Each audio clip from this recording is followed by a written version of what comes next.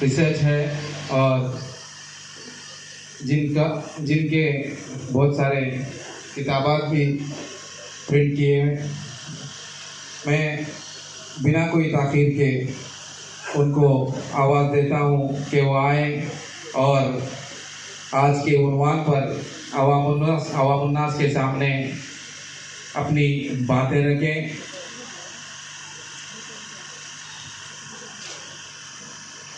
الرحمن الرحیم. الحمدللہ رب العالمین والصلاة والسلام علی سید المرسلین خاتم النبیین امام المتقین وعلی آلہ واصحابہ وذریاتہ واہل بیتہ وبارک وسلم تسلیما کثیرا کثیرا. اما بعد رب اشرح لی صدری ویسر لی امری واحلل عقدۃ من لسانی یفقهوا قولی. سبحانك لا علم لنا إلا ما علمتنا إنك أنت العليم الحكيم. اللهم صل على سيدنا محمد وعلى آل سيدنا محمد وبارك وسلم عليه. حضرات، آج ہندوستان میں ایک ایسا موقع آ گیا ہے. سورج اپنی روشنی دکھا رہا ہے، لیکن سورج سے کہا جا رہا ہے کہ آپ اپنے سورج ہونے کو ثابت کیجیے. دنیا تسلیم کر رہی ہے اس ملک نے مسلمانوں کو کیا دیا اور مسلمانوں نے اس ملک کو کیا دیا. اظہر من الشمس تاریخ ہے، کتابیں نہیں بلکہ کتب خانے بھرے پڑے ہیں. پھر بھی کہا جا رہا ہے اس ملک کو آپ نے کیا دیا نہیں، اس ملک کے آپ وفادار ہیں یا نہیں، یہ ثابت کیجیے. یہاں تک نوبت پہنچ گئی ہے. اس پورے پس منظر میں میرے ذہن میں بار بار بات آ رہی ہے کہ ہم تحریک آزادی میں مسلمانوں کے رول کے متعلق کیوں باتیں کر رہے ہیں. کیا تحریک آزادی سے ہماری تاریخ شروع ہوتی ہے؟ تحریک آزادی سے پہلے اس ملک کی تعمیر میں ہمارا رول نہیں ہے؟ اس سلسلے میں اپنی نئی نسل کو بتانے کی ضرورت نہیں ہے؟ تحریک آزادی 1857 سے لے کر 1947 پر ختم ہو رہی ہے. 90 سال کا وقفہ ہے.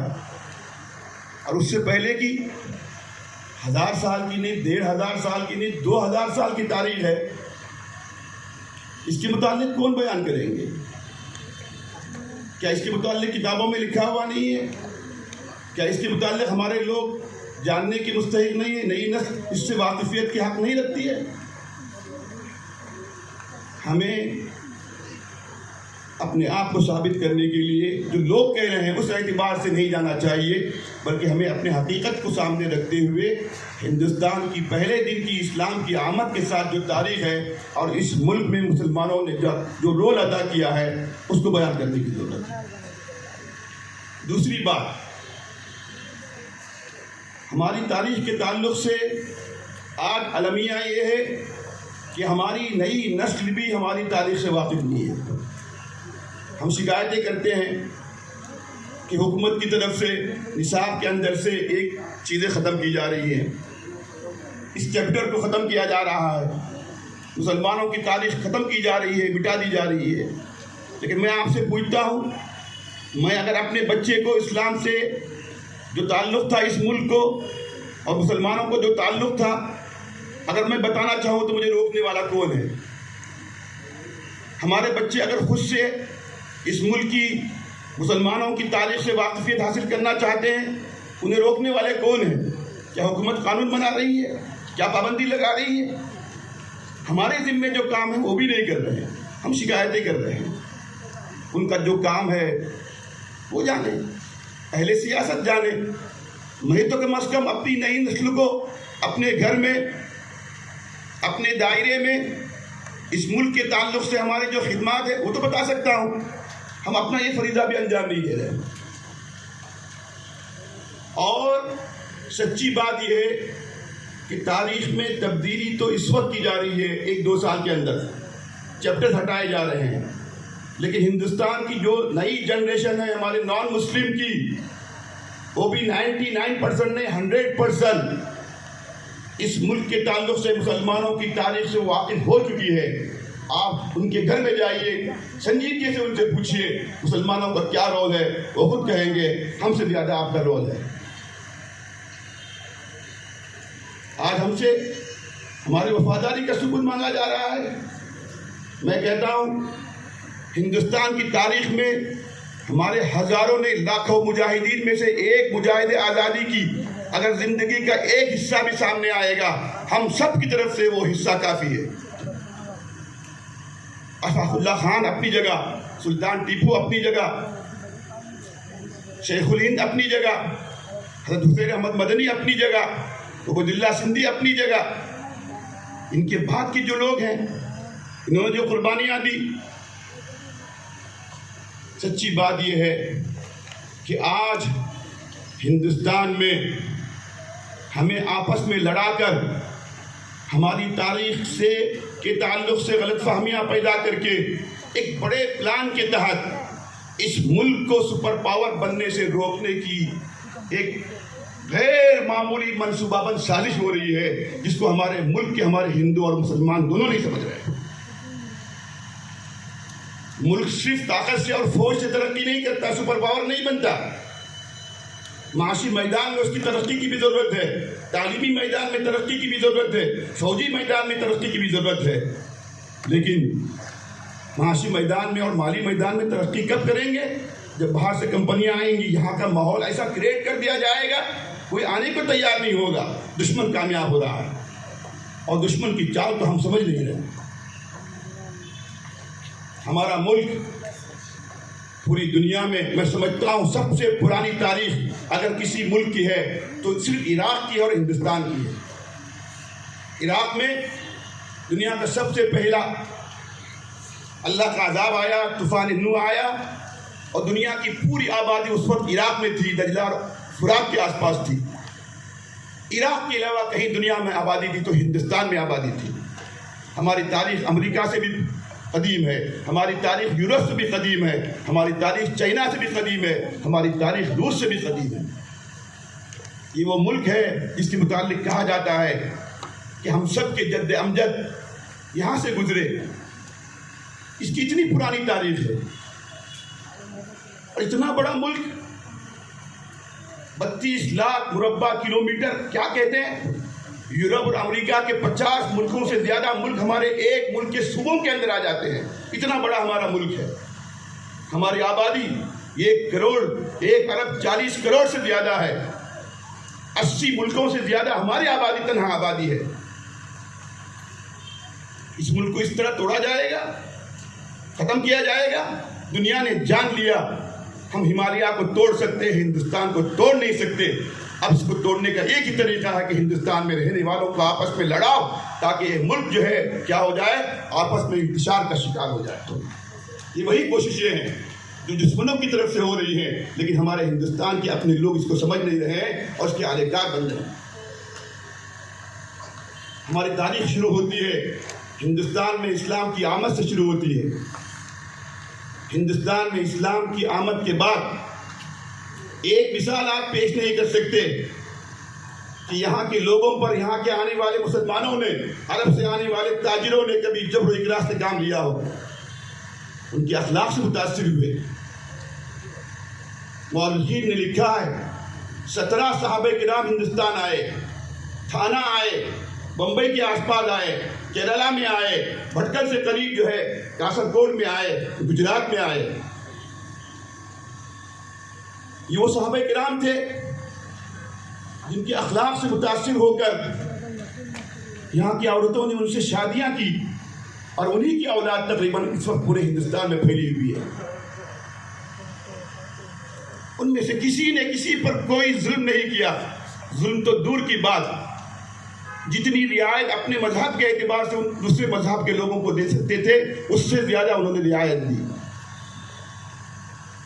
مندروں کو برداشت نہیں کیا انہوں نے، مندر بنوا کے دیے، مندروں کو جائیدادیں دی، مندروں کی حفاظت کی، جن کے متعلق سب سے زیادہ غلط فہمی پھیلائی جاتی ہے، اورنگزیب اور سلطان ٹیپو، ان کی تاریخ پڑھیے۔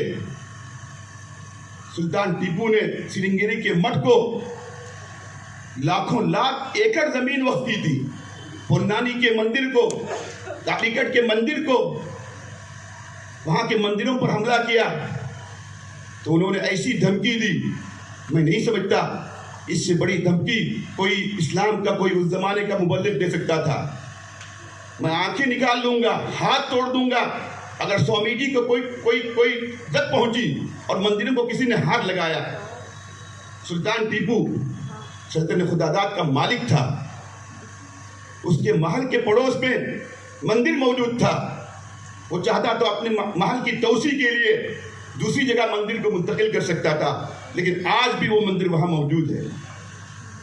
اس کی مسجد سے قریب مندر موجود تھا، آج بھی موجود ہے۔ صبح فجر سے پہلے مندروں سے گھنٹیوں کی آوازیں آتی تھی، اس نے نہ صرف برداشت کیا بلکہ قانون بنایا کہ کوئی غیر مسلم پر انگلی بھی اٹھائے گا میرے ملک میں نہیں رہ سکے گا۔ آج وہ دستاویزات موجود ہیں سرنگیری مٹھ کے اندر، ہم نے جا کے دیکھا ہے پورنانی کے مٹھ کے اندر، اور اس کی گواہی مسلمان نہیں دیتے، غیر مسلم دیتے ہیں۔ سلطان ٹیپو سے متعلق سب سے اچھی کتاب، بہترین کتاب اڑیسہ کے گورنر بھشمر پانڈے جی نے لکھی ہے، میں نے بھی لکھی کتاب، مجھے بھی اس کا اعزاز حاصل ہوا، میں نے 600 صفحے کی کتاب لکھی، لیکن ان کی کتاب کا جواب نہیں۔ جو باتیں مسلمانوں کے خلاف ہمارے غیر مسلم کہتے ہیں، اس کا جواب غیر مسلم دے رہے ہیں۔ ہندوستان کے صدر امریکہ گئے، حیرت میں پڑ گئے، وہاں کے میوزیم میں میزائل رکھا ہوا تھا اور اس پر لکھا ہوا تھا اس میزائل کا نہیں، دنیا میں سب سے پہلے میزائل کا موجود ٹیپو سلطان تھا۔ تنہا ہندوستان کی شہرت کے لیے ہی کافی تھا۔ پھر بھی ہم سے گلا ہے کہ ہم وفادار نہیں، ہم وفادار نہیں، تم بھی تو دلدار نہیں۔ ہم نے اپنا پسینہ نہیں دیا اس ملک کے لیے، اپنا خون نہیں دیا، اپنی جان نہیں دی، ہم نے اپنی اس ملک کے لیے لاشیں بھی دی، ہماری لاشیں یہی رہتی ہیں، ہوا میں اڑتی نہیں ہیں، دریا میں دوسرے ملک میں نہیں جاتی ہیں پڑھ کر۔ ہم نے جانیں نہیں دی، ہم نے اس ملک کے لیے لاشیں بھی دی ہیں اور آئندہ بھی دیں گے۔ ہم نے دین کے ساتھ اس ملک کی محبت کو جوڑا، ہندوستان کی تحریک کو جوڑا، پوری دنیا کی تاریخ پڑھیے۔ مجھے سعادت ملی ہے، میں نے ہندوستان کی تاریخ لکھی ہے، انڈین ہسٹری کتاب لکھی ہے، مجھے کتب خانوں میں جانے کا موقع ملا ہندوستان بھر میں، مجھے حیرت ہوئی دنیا کی کسی ملک کو آزاد کرنے کے لیے وہاں کے مذہبی قائدین نے وہ رول ادا نہیں کیا جو ہندوستان میں مسلمانوں نے کیا، کسی یورپ میں نہیں، کسی امریکہ میں نہیں، کسی ایشیا کے اندر نہیں، کسی عرب ملک کے اندر نہیں، مجھے معاف فرمائے، کسی مسلم ملک کے اندر نہیں۔ سب سے پہلے اس ملک میں آزادی کی تحریک کی آواز حضرت شاہ ولی اللہ رحمۃ اللہ علیہ نے اٹھائی۔ یہ 1857 کی بات نہیں ہے، یہ 1757 کی بات ہے۔ مذہب کے ساتھ جوڑا، دین کے ساتھ جوڑا، اس ملک کو آزاد کرنا ہمارے دین کا جز ہے، انہوں نے کہا۔ ان کے صاحبزادے شاہ عبدالعزیز صاحب نے پہلی دفعہ فتویٰ دیا، انگریزوں کی تلواروں کی نوک پر تھے وہ، ان کو اسی وقت پھانسی ہو سکتی تھی اگر ہاتھ لگتے تھے۔ انہوں نے کہا یہ دارالحرب ہے، یہاں ان کے ساتھ کوئی تعاون کرنا جائز نہیں ہے۔ یہ کس کے لیے آواز لگائی تھی؟ انہوں نے مسلمانوں کے لیے، ہندوؤں کے لیے آواز لگائی تھی، سکھوں کے لیے لگائی تھی، عیسائیوں کے لیے لگائی تھی۔ ہمارے مدارس میں کتابیں کم پڑھائی جاتی تھی، تحریک کی باتیں زیادہ کی جاتی تھی۔ دارالعلوم دیوبند اسی پس منظر میں قائم ہوا۔ پوری دنیا کے سب سے بڑے امام تھے شیخ الہند حضرت مولانا محمود الحسن دیوبندی رحمۃ اللہ علیہ۔ جتنے مسلمانوں کو ہمارے انگریزوں نے تڑی پار کیا، 1/3، میں نہیں، معاف کیجیے میں کہتا ہوں 2/3 سے زیادہ مسلمان تھے۔ کیا بات تھی؟ پیش وہ تھے، ٹارگیٹ وہ تھے، نشانہ وہ تھے، تبھی تو انگریز پریشان تھے۔ میں اس کی چھوٹی سی مثال آپ کو دیتا ہوں۔ انگریز پوری دنیا میں حکومت کے لیے سرگرداں تھے، ان کے قافلے جا رہے تھے یورپ سے، امریکہ میں، چائنا اور رشیا، کہاں کہاں جا رہے تھے، کوئی ملک فتح نہیں کر پا رہے تھے۔ 10 سال میں، 12 سال میں ایک ملک ان کے ہاتھ نہیں لگتا تھا۔ ان کے لوگوں نے ان کو بتایا ہندوستان میں ایک ریاست ہے، اس ریاست کو تم زیر کر لو، اس ریاست پر قبضہ کر لو، پورے دنیا پر قبضہ کرنا تمہارے لیے آسان ہو جائے گا۔ آپ دیکھیے سلطان ٹیپو رحمۃ اللہ علیہ، سلطان شہید رحمۃ اللہ علیہ، ان کی عمر کل 50 سال بھی نہیں تھی، انہوں نے وہ کارنامے انجام دیے، تنہا ان کی شخصیت پوری دنیا میں ہندوستان کی شہرت کے لیے کافی ہے۔ ان کا دماغ، ان کی ذہانت آپ تصور کر سکتے ہیں؟ میسور میں بیٹھ کر انہوں نے جرمنی سے رابطہ کیا، ترکی سے رابطہ کیا، ایران سے رابطہ کیا، حجاز سے رابطہ کیا، اپنے قافلے بھیجے۔ یہاں کے لوگوں کو خود اپنے آپ کو سمیٹنا مشکل تھا، اپنے آپ کو سنبھالنا مشکل تھا۔ 4 جنگیں اس کی ہوئی ہیں، والد کے زمانے میں 2 جنگیں ہوئی ہیں، 2 جنگیں اس نے خود لڑی ہیں۔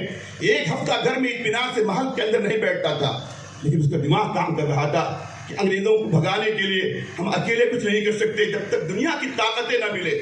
یہاں سفارت بھیجی، وہاں سفارت بھیجی، یہاں لوگوں کو بھیجا، وہاں لوگوں کو بھیجا، دنیا کا کوئی قابل ذکر ملک خالی نہیں تھا۔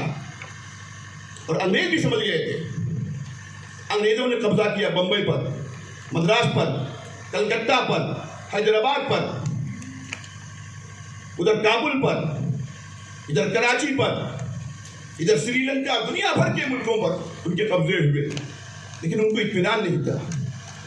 جنرل ہارس نے کہا اس وقت جب سلطان ٹیپو کے متعلق بتایا گیا کہ وہ شہید ہو چکا ہے، آج میں سلطنت خداداد ہمارے ہاتھ میں آ چکی ہے، اس نے کہا مجھے اطمینان نہیں ہے، میں جب تک اپنی آنکھوں سے نہ دیکھوں، وہ مر کے بھی اٹھ سکتا ہے، میں جا کے دیکھوں گا اس کی لاش ٹھنڈی ہوئی کہ نہیں، اگر لاش گرم ہے دوبارہ زندہ ہو سکتا ہے۔ اس کی ملٹری کے لوگ اس کے پاس لے کے گئے، اس نے اس کی لاش پر کھڑے ہو کر وہ تاریخی جملہ کہا، آج تک دنیا میں کوئی ملک ہمارا نہیں تھا، ہندوستان ہمارا نہیں تھا، ٹیپو کی شہادت کے بعد پہلی دفعہ میں کہہ سکتا ہوں کہ آج سے ہندوستان ہمارا ہے۔ کیا بات تھی وہ؟ اس سے بڑے ملک ان کے پاس تھے، سب سے بڑا خطرہ، سب سے بڑا دشمن کس کو سمجھ رہے تھے؟ کیا وہ اپنے اسلام کے لیے کر رہے تھے، دین کے لیے کر رہے تھے، شریعت کے لیے کر رہے تھے، ملک کے لیے کر رہے تھے؟ کسی بادشاہ کی مثال نہیں ملتی، وہ آگے رہ کر پیچھے ان کی ملٹری آتی ہو، ملٹری آگے بھیجتے ہیں، بادشاہ بیٹھ کے ڈائریکشن دیتا ہے۔ دنیا کا وہ پہلا بادشاہ تھا، ایک فوجی بھی اس کے آگے نہیں جا سکتا تھا، سب سے پہلے وہ جا کے جو ہے دشمنوں کی خبر لیتا تھا۔ کیا قربانیاں دی بہادر شاہ ظفر نے، جو قربانی دی پہلے سے لیجیے۔ محمد بن قاسم آئے، ہندوستان پر حملہ کرنے کے لیے نہیں آئے، ہندوستان اس وقت اتنا بڑا ملک تھا اور آج پھر ہوگا اتنا بڑا، دنیا میں کوئی بر اعظم نہیں ہوگا۔ ہندوستان کا مطلب ہندوستان، پاکستان، افغانستان، بنگلہ دیش، بھوٹان، نیپال، سری لنکا، مالدیپ، یہ سب ممالک مل کر ایک ہندوستان کہلاتا تھا، اور اس کو کہتے تھے بر صغیر ہے، ایک جیسے ایشیا ہے اسی طرح کا ایک جو ہے کیا ہے، یہ ہمارا بر صغیر ہے، ایک بر اعظم ہے۔ راجہ داہر نے وہاں کے ہندوؤں پر ظلم کرنا شروع کیا سندھ پر، یہ 713 کی عیسوی کی بات ہے۔ ہندوؤں کے بلانے پر وہ وہاں پہنچا، وہ غاصب نہیں تھا، وہ قاتل نہیں تھا، غیر مسلموں نے لکھا ہے۔ راجہ داہر کے ظلم سے ہندوؤں کو بچانے کے لیے محمد بن قاسم 17 سال کی عمر تھی، وہ سندھ میں آیا اور اس ظالم بادشاہ کے ظلم سے ہندوؤں کو نجات دلا کر 3 سال کے اندر واپس چلا گیا۔ اگر اس کو حکومت کرنی ہوتی وہیں رہتا، قبضہ کر لیتا۔ اس سے بڑی بات کیا ہو سکتی ہے کہ مسلمانوں کے دلوں میں ہندوؤں کی کتنی محبت تھی، اور آج بھی وہ ہے۔ سچی بات ہے، مجھے قرآن مجید کی آیت یاد آ رہی ہے۔ قرآن مجید میں اللہ تعالیٰ فرماتے ہیں جو مسلمان نہیں ہیں، جو اللہ کو ایک نہیں مانتے ہیں، آپ ان سے تنہائی میں جا کے پوچھئے اللہ ایک ہے کہ نہیں ہے، وہ کہیں گے اللہ ایک ہے۔ وَلَئِن سَأَلْتَهُم مَّنْ خَلَقَ السَّمَاوَاتِ وَالْأَرْضَ لَيَقُولُنَّ اللَّهُ۔ سب کے سامنے کہتے ہیں کہ ہمارا مالک فلاں ہے، ہمارا معبود فلاں ہے، لیکن ان کے دل میں کیا ہے ان سے جا کے پوچھئے، وہ کہیں گے اللہ ہی ہے۔ پھر کیوں اللہ کو ایک نہیں مانتے؟ ان کی اپنی مجبوری ہے، سیاست ہے، قیادت ہے، تجارت ہے، اپنی ضرورت ہے۔ میں اس کی روشنی میں آپ سے کہتا ہوں، ہندوستان کے جتنے پڑھے لکھے ہمارے غیر مسلم بھائی ہیں، ان کے دل میں جھانک کے دیکھیے، الگ بلا کے ان سے پوچھیے کہ اس ملک کی آزادی میں سب سے بڑا رول کس کا ہے؟ ان کا دل کہیں اٹھے گا سب سے بڑا رول مسلمانوں کا ہے، لیکن ان کی مجبوری ہے، سیاسی پلیٹ فارم میں نہیں کہہ سکتے۔ میں اس کی چھوٹی سی مثال دیتا ہوں، ہماری ایڈوپا جی تھے ہمارے ہندوستان میں سمجھتا ہوں کہ اچھی وزیر اعلیٰ تھے، ہمارے کرناٹک میں رہے، ان کی حکومت میں دنگا فساد نہیں ہوا، مسلمان سکون کے ساتھ رہے۔ ان سے پوچھا گیا جلسے میں ٹیپو سلطان کے متعلق کیا خیال ہے، انہوں نے ٹیپو سلطان کی ایسی تعریف کی میں بتا نہیں سکتا آپ کو، لیکن کچھ ہی دنوں کے بعد، کچھ ہی سالوں کے بعد جب سیاسی پلیٹ فارم پہ آئے تو ان کا سر بدل گیا۔ معلوم کیا ان کے دل میں آج بھی وہ عظمت ہے، محبت ہے، ان کے دل میں آج بھی وہ عقیدت ہے ٹیپو سلطان کی۔ مولانا ریاض الرحمان صاحب رشادی رحمۃ اللہ علیہ نے ہماری کتاب سیرت ٹیپو سلطان شہید کے کنڑ میں ترجمہ کیا۔ کمار سوامی جی اس وقت وزیر اعلیٰ تھے، ان کے اچھے تعلقات تھے، مجھے بتایا نہیں انہوں نے، ایک کتاب جا کے ان کے اسٹیج پر ہاتھ میں دی، کنڑ میں ٹیپو سلطان۔ انہوں نے اس وقت اسی وقت پڑھی، دو چار یہاں سے وہاں سے، مولانا کو بلایا اور کہا سر یہ کیا کتاب دی ہے؟ ٹیپو سلطان ہے جنہوں نے ہندوؤں کے ساتھ یہ معاملہ کیا، مندروں کو زمینیں دی، سوامی جی کی حفاظت کی۔ میرے کیبنٹ کے جتنے منسٹر بیٹھے ہوئے مجھے فوراً ابھی اسی وقت پوری کتابیں لا کے دیجیے، 50 کتابیں مولانا نے اسی وقت لا کے دی۔ آج بھی ہمارے غیر مسلم بھائی، سچی بات یہ ہے ان کے سامنے مسلمانوں کی خدمات اور مسلمانوں کی قربانیوں کے تعلق سے باتیں آئیں گی، ہم سے بڑھ کر مسلمانوں کا دفاع اور وکالت کرنے والے کو نکلیں گے انشاءاللہ۔ میں تنظیم کے ذمہ داروں سے کہتا ہوں کمپٹیشن رکھیے، 100 پرسنالٹیز کو چوائس کیجیے، ان سب پر لکھنا ہے، کنڑ میں، انگلش میں، اردو میں، مسلم لکھیے، غیر مسلم لکھیے، سب لکھیے، اسکولوں میں جائیں، لکھنے والے ہیں، اساتذہ ہیں، ٹیچنگ نان ٹیچنگ اسٹاف کا اس کی کیٹیگری بنائیے۔ میں کہتا ہوں سب سے اچھا لکھنے والے ہم سے زیادہ ہمارے غیر مسلم بھائی نکلیں گے، پھر ان کو بلائیے، انعام دیجیے، ان سے تقریر کروائیے، پھر سب کے منہ بند ہو جائیں گے، ہمارے بات ہمیں کہنے کی ضرورت نہیں پڑے گی۔ ہم نے اس ملک کو کیا نہیں دیا؟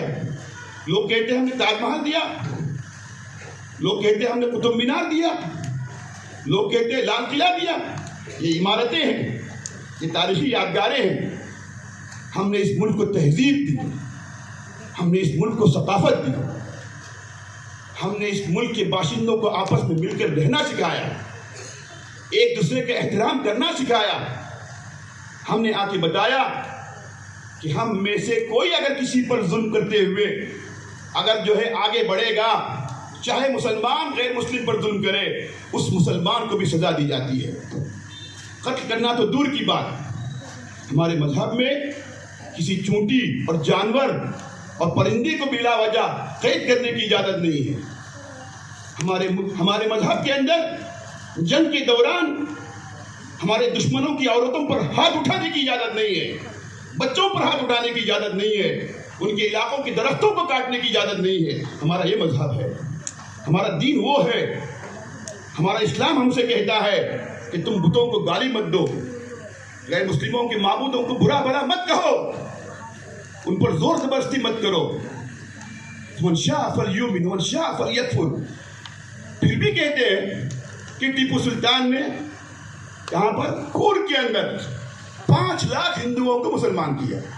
اس وقت پوری آبادی، پورے صوبے کی آبادی 2-4 لاکھ نہیں تھی، اور آج بھی کورگ کی آبادی 5 لاکھ شاید نہیں ہوتی۔ اس زمانے میں 10-15-20 ہزار سے زیادہ وہاں پر لوگ نہیں رہتے تھے۔ کچھ بھی کہہ دے لوگ مان جاتے ہیں آج کل کہ 5 لاکھ۔ ہم نے اس ملک میں 1144 سال حکومت کی، اقتدار ہمارے ہاتھ میں تھا، ہریجن تھے، نچلی ذات کے تھے، ہم پیسہ دے کر، لالچ دے کر ان کو اسلام کے اندر داخل کر سکتے تھے۔ جب ہمارے ہاتھ اقتدار تھا ہم نے اس وقت وہ کام نہیں کیا۔ آج ہمارے پاس اقتدار نہیں اور ہم سے کہتے ہیں کہ ہم نے جبر و ظلم کے ذریعے لوگوں کو اسلام کے اندر داخل کیا، جب ہمیں موقع تھا ہم نے نہیں کیا۔ اس کے اسلام کا اعتبار نہیں تو پیسے کے لالچ میں، زور زبردستی میں اسلام میں داخل ہو، تو دل سے مانے اس کو مسلمان کہتے ہیں۔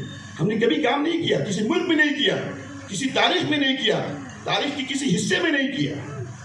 ایسی افواہیں ہمارے بچوں کو سمجھایا جاتا ہے اس ملک میں تمہارا حصہ ہے.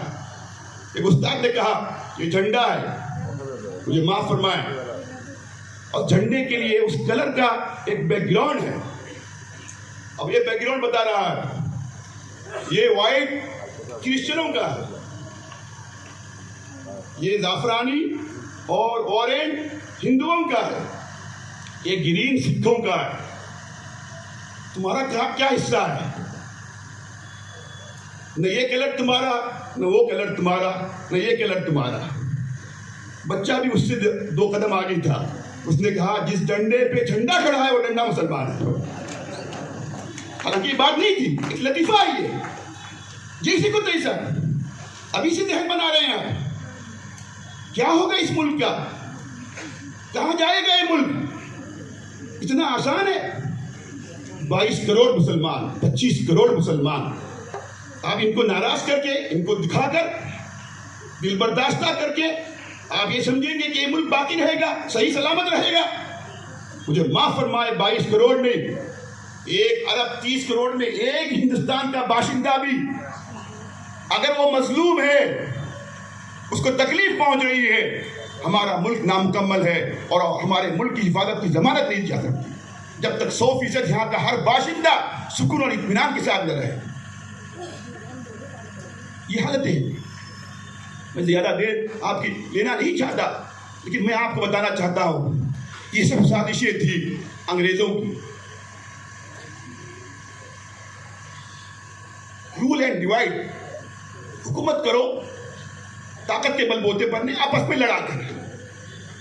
میں ایک بات بار بار کہتا ہوں، آج پھر آپ سے کہتا ہوں، ہندوستان پر قبضے کے لیے انگریز نہیں آئے تھے.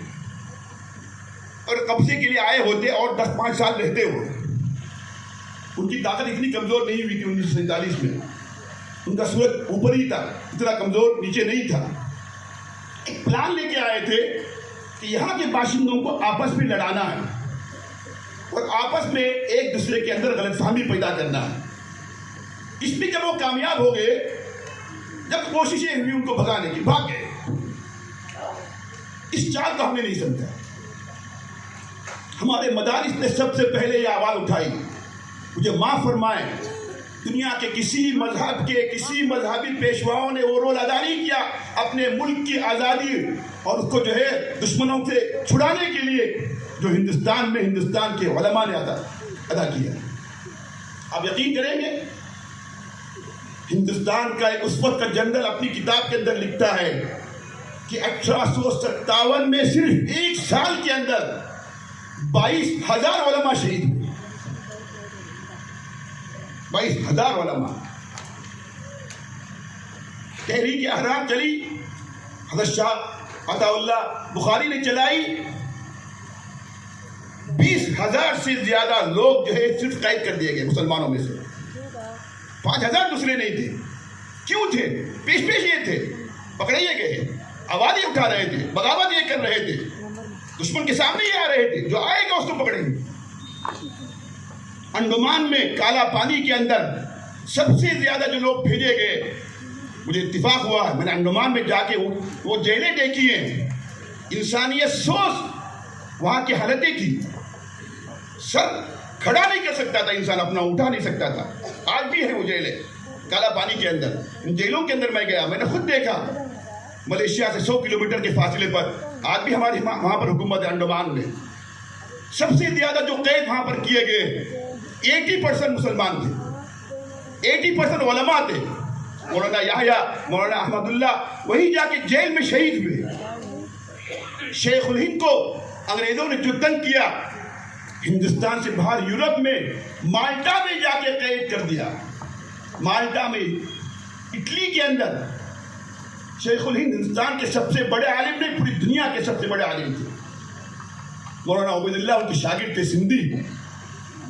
سب سے پہلے وہ حجاز گئے تھے، حجاز سے ان کو پکڑا، مالٹا لے گئے.